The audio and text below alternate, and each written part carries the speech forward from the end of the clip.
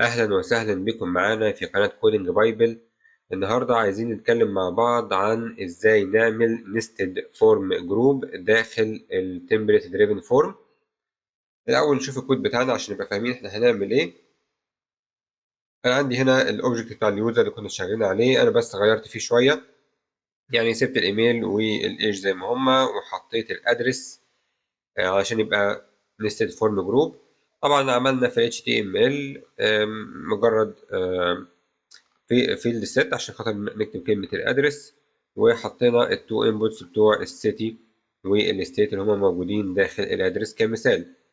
طيب ازاي بقى أنا هخلي التمبلت دريفن فورم تعمل لي نستد فورم جروب داخل الفورم جروب اللي داخل الانجي فورم؟ طيب هنعمل ده ازاي؟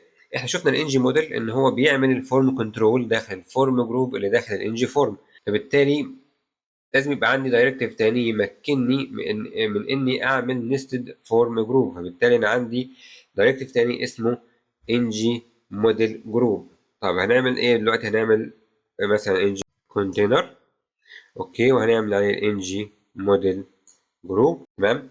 وبعد كده لازم نديله اسم، يعني طبيعي انت لما بتعمل نستد فورم جروب تديها اسم، اكيد شيء منطقي. وليه اخترنا ادرس؟ لان هو ده اسم البروبرتي اللي عندي هنا، تمام. طيب بعد كده هنعمل ايه؟ طبعا لازم نحط الانبوتس داخل الانجي كونتينر، تمام. وبعد كده هنعمل اللي بنعمله عادي جدا، هنستخدم الانجي موديل زي ما هو عامل كده بالظبط، ونعمل النيم سيتي ونفس الكلام هنا في الستيت. اوكي، زي ما انت شايف ان هو حط الفاليوز اللي احنا حاطينها في الاوبجكت، كده شيء منطقي. خد بالك من نقطة، انك انت حتى لو انت جيت مثلا لغيت الانجي موديل هتلاقيه رابطهم عادي، ان هو هيتعامل معاهم على انهم فورم كنترولز عادية مش نستد، واخد بالك. لكن انت لما بتعمل الانجي موديل جروب بالطريقة دي بتبقى نستد فورم جروب. طب احنا عايزين نتأكد من الكلام ده، نتأكد منه ازاي؟ تعالى نفتح الانسبكت ونفتح هنا البادي ونعلم او نعمل سيلكت على الفورم، وبعد كده نيجي في الكونسول هنكتب window.ng. دي احنا اتعلمناها قبل كده خلاص. اوكي، وهنعمل هنا الدولار ساين زيرو ونضغط انتر ونفتح الانجي فورم. هتلاقي ان الفورم جروب الداخليه اللي هي جوه الانجي فورم فيها كنترولز، والكنترولز فيها ادرس، والادرس جواه كنترولز اللي هم السيتي والستيت، فبالتالي اصبح عندك دلوقتي ايه؟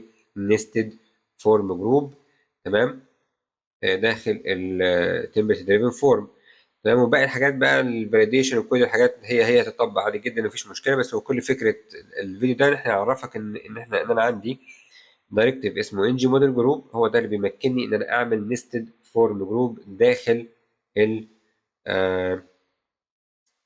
التمبلت دريفن فورم، تمام.